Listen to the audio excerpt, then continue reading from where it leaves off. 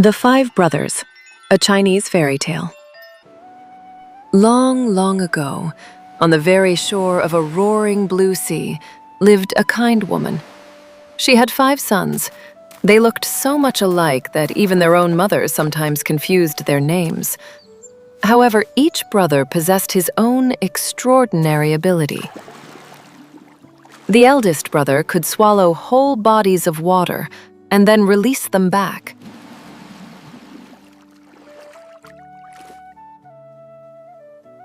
The second brother was not afraid of the fiercest flames. The third brother could stretch his legs to any length, right up to the clouds. The fourth brother's body was stronger than tempered iron and harder than diamond. And the youngest, the fifth brother, understood the language of all birds and forest beasts. They lived together in harmony and happiness. The brothers spent their days working in the fields and helping their mother around the house. One day, the youngest brother was pasturing a little goat in the meadow. At that time, a cruel and proud ruler arrived in their land to hunt. He had been tracking a beautiful deer for a long time. Seeing it, he raised his bow and took aim.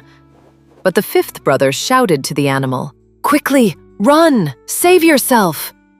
And in the blink of an eye, the deer vanished into the thicket. Enraged, the furious ruler ordered his guards to seize the young man. "Tomorrow, throw him to the tiger!" The youngest brother was bound, taken to the city, and locked away in a cold dungeon.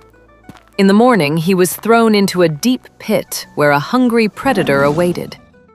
The fifth brother calmly spoke to the tiger in its own language. "Do not eat me, I am your friend." And the ferocious beast humbly lay down at his feet. Seeing this, the embittered tyrant bellowed, "Tomorrow morning, chop off the insolent boy's head." But the brothers would not leave their youngest sibling in trouble. That evening, they dug a tunnel into the dungeon, and the fourth brother, whose neck was stronger than steel, sneaked inside. He secretly took his brother's place. The next morning, the fourth brother was led out to the square. Without a hint of worry, he laid his head upon the chopping block. The executioner swung his heavy axe, and the steel shattered into pieces with a loud clang. The ruler trembled with rage. "Tomorrow morning, cast him into the deepest abyss." But under the cover of night, the third brother slipped into the prison. In the morning, they brought him to a deep canyon, and the executioners pushed him into the chasm. Imagine their astonishment when they noticed him standing up among the clouds. He had simply stretched out his wondrous legs and stood on the bottom of the gorge.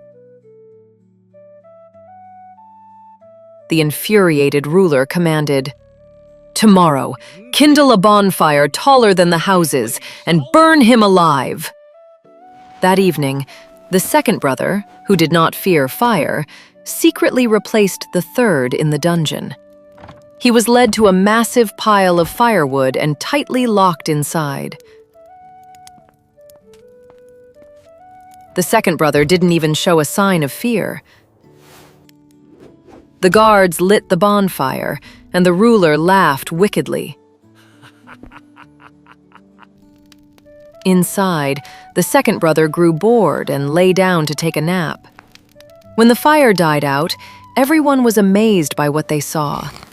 The hero was peacefully sleeping among the embers. The ruler nearly choked with fury. "Drown him in the sea with a stone around his neck. Let him stay at the bottom forever." It was time for the eldest brother to replace the second in the dungeon. In the morning, a ship sailed far out to sea. As soon as he was thrown into the waves with a massive weight, he didn't lose his nerve for a single second and began to drink the sea. To everyone's horror, the ship capsized onto its side, exposing the muddy seafloor. The tyrant and his entire retinue sank knee-deep into the thick mire. The eldest brother calmly untied the heavy stone, walked onto the steep shore, and only then released the sea back out. The waves closed over the head of the wicked ruler, and for a long time afterward, the people praised the 5 brothers, who proved that no force in the world can defeat those who stand up for one another. My little friend, subscribe now and turn on notifications for the next fairy tale.